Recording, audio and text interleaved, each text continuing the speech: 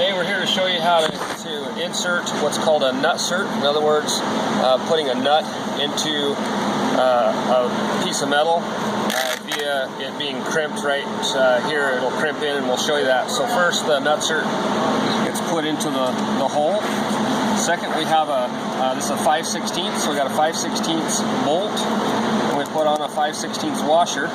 And we take a nut that'll slip around the threads. So this is a 3/8 nut. We don't want it to catch on the threads. Okay, and then we take an internal lock washer and slip it on there so that nut and the nut-sert will stay together and not spin.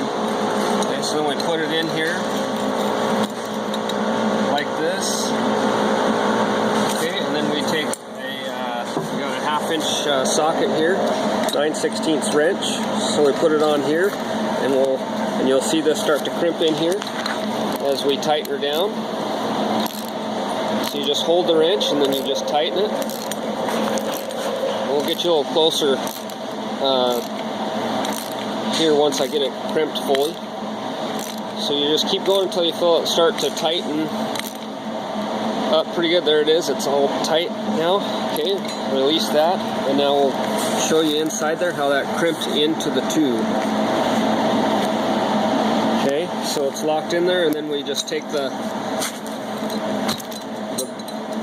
bolt, washer, and nut out, and now you have a nut crimped into the part.